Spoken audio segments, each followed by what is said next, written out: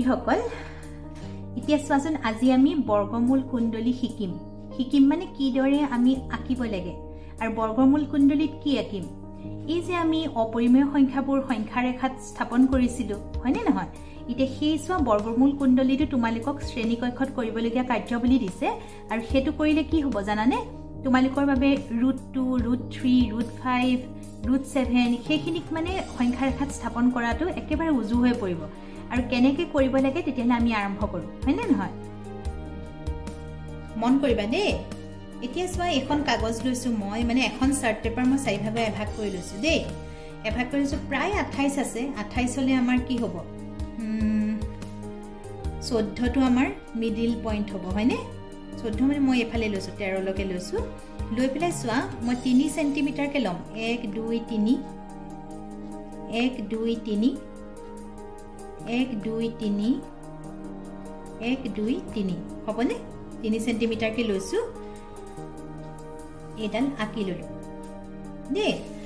এতিয়া চোৱা এটুক আমি O বুলি ধৰিলো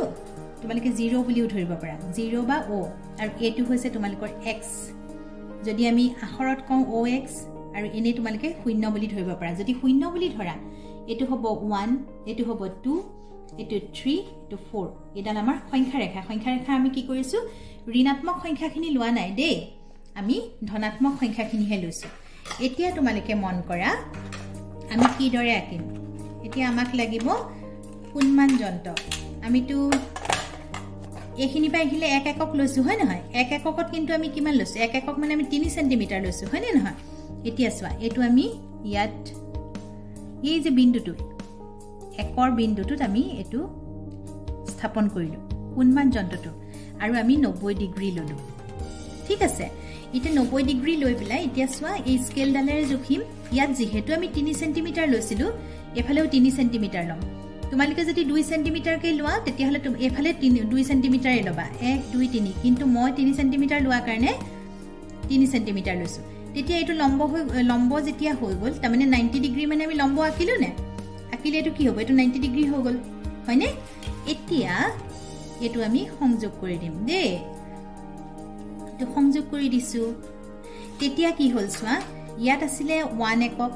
এটো আছিলে 1 একক আৰু এডাল অতিভুজ হয়নে এডাল হৈছে ভূমি আৰু এডাল হৈছে অতিভুজ লম্ব আৰু পাইথাগোৰাছৰ সূত্ৰমতে আমি কি জানো পাইথাগোৰাছৰ সূত্ৰমতে আমি জানো যে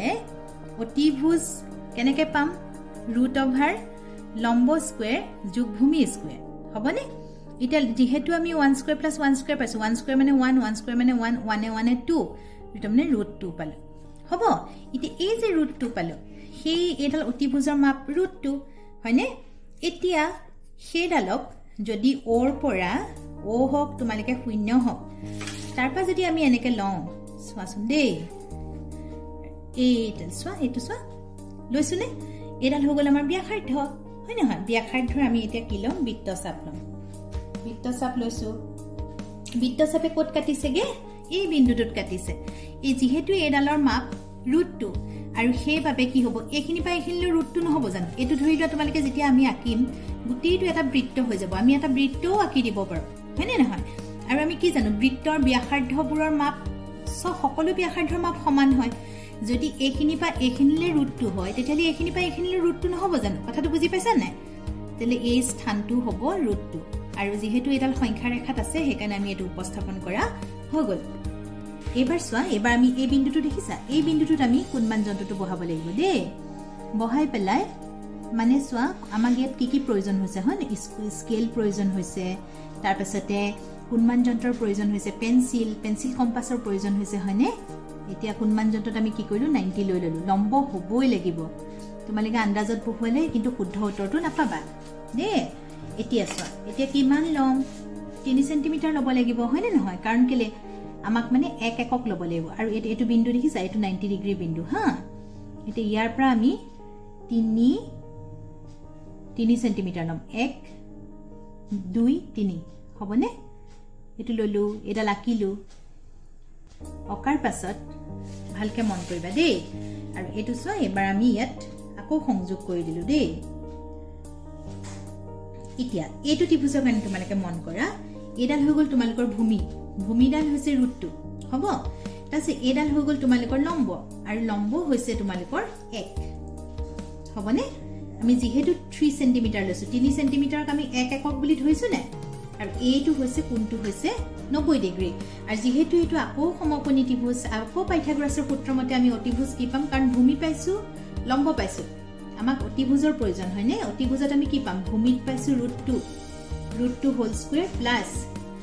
ওই হেৰি লম্ব পাইছো 1 হয় না 1 স্কয়াৰ এতিয়া √2 স্কয়াৰ মানে পাবা 2 1 স্কয়াৰ মানে পাবা 1 2 একে 3 √3 বুজি পালা এতিয়া আকৌ মন কৰা এইডাল শূন্যৰ পৰা এখিনিলৈকে ব্যাসাৰ্ধ হৈছে √3 মন কৰিছানে কথাটো আৰু সেই যেহেতু ব্যাসাৰ্ধ √3 আমি এতিয়া আকৌ বৃত্তচাপ আঁকিম বৃত্তচাপ মানে তোমালোকে মন গলে ডাঙৰ এটা বৃত্তই আঁকি দিব পাৰা কিন্তু আমি না আকো বাৰু বৃত্তচাপ আঁকিছো হ'ব এই বৃত্তচাপত তোমালোকে মন কৰা এইখিনি পা এইখিনিলে যেহেতু √3 আছিল এডাল এইখিনি পা এইখিনিলে √3 হ'ব কিয় ব্যাসাৰ্ধৰ মাপবোৰ সমান হয়নে ত্ৰিভুজৰ একে ত্ৰিভুজৰ ব্যাসাৰ্ধৰ মাপবোৰ সমান তেতিয়ালে এটো কি হ'ব √3 এই পজিশনটো হ'ব √3 হল তাৰ পাছতে আকৌ আমি একেটা কামকে কৰিম কোণমান যন্ত্ৰ লম লৈ পেলাই ইয়াসৱা কোণমান যন্ত্ৰ ললো লৈ এটো 90 আকৌ ললো মন কৰিবা দে ইমানখিনলৈকে শিকোৱাৰ পিছত তোমালোকৰ মনত থাকিব লাগিব কেনেকে কৰিছিলো স্টেপ গিটা নিজে কৰিব লাগিব তেতিয়া মনত থাকিব 1 2 3 সেইভাবে মই তোমালোকক বৰ্গমূল কুণ্ডলীটো আঁকিবলৈ দিছো ইয়াপা চাইছে আঁকিবা আঁকিলে কি হ'ব কোৱাচোন প্ৰেক্টিস হ'ব আৰু প্ৰেক্টিস হলে তোমালোকে পৰীক্ষাত পাৰিবা এটা সমহীয়া পৰীক্ষাত আহিব হয় √2 √3 √5 তোমালোকৰ সংখ্যা ৰেখাত স্থাপন কৰিবলৈ আহিব তেতিয়া তোমালোকে এইটো যদি আঁকি থোৱা আঁকিলে তোমালোকৰ কি হ'ব একেবাৰে সহজ হৈ পৰিব হয় নহয় এতিয়া চোৱা এটা √3 স্কয়াৰ তাৰমানে ভূমি স্কয়াৰ তুমি পাম তাত 3 পাম আৰু ইয়াত পাম 1 স্কয়াৰ হলে 1 পাম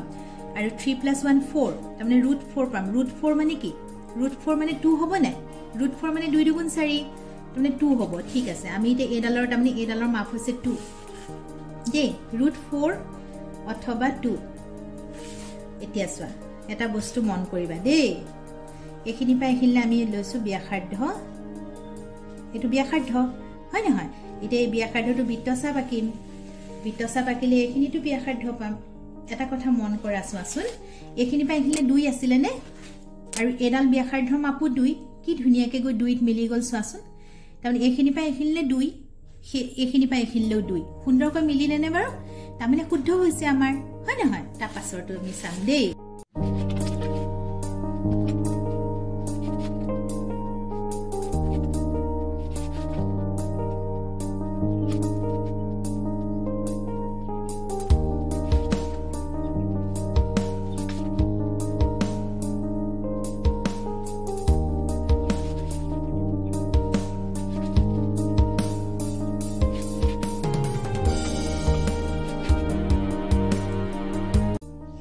চোৱা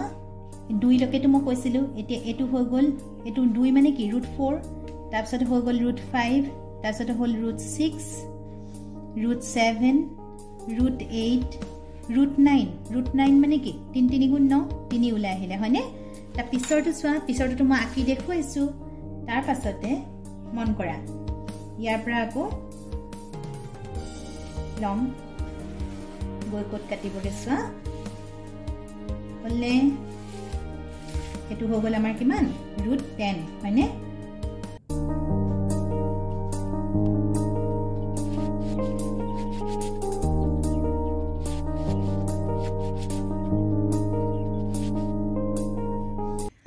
কেনেকুৱা দেখিছা এতিয়া চোৱা আমি √17 লৈকে ইয়াত সংখ্যা ৰেখাত স্থাপন কৰিলো তাৰ মানে আমি কিমানটা 1 2 3 4 5 6 7 8 9 10 11 12 13 14 15 16টা আমি কি আঁকিলো সমকোণী ত্ৰিভুজ অঙ্কন কৰি আমি সুন্দৰকৈ বৃত্তচাপ অঙ্কন কৰি এই সংখ্যা ৰেখাত স্থাপন কৰিলো এতিয়া আমি ইয়াত বিভিন্ন ৰং দিম তাৰ পাছতে চাই থাকিবা সম্পূৰ্ণ হৈ গল বৰ্গমূল কুণ্ডলী কেনেকুৱা দেখিছা চোৱা একদম কুণ্ডলী পকোৱাৰ নিচিনা হৈছে নে বাৰু কিমান ধুনিয়া লাগিছে চোৱাচোন তোমালোকে এইদৰে আঁকিবলৈ চেষ্টা কৰিবা বুলি আশা কৰিছো তাৰ মানে আঁকিলে তোমালোকৰ এটাই ভাল হ'ব যে √2 √3 √5 মই পুনৰবাৰ কৈছো সেইখিনি তোমালোকে অতি সহজতে মানে এই সংখ্যা ৰেখাডালত উপস্থাপন কৰিব পাৰিবা ভাবিছো তোমালোকে পাৰিবা আৰু তোমালোকৰ হয়তো ভাল লাগিছে কোন একো টান কথা নহয় মনত ৰাখিবলৈ খুবেই উজু তোমালোকে চেষ্টা কৰিবা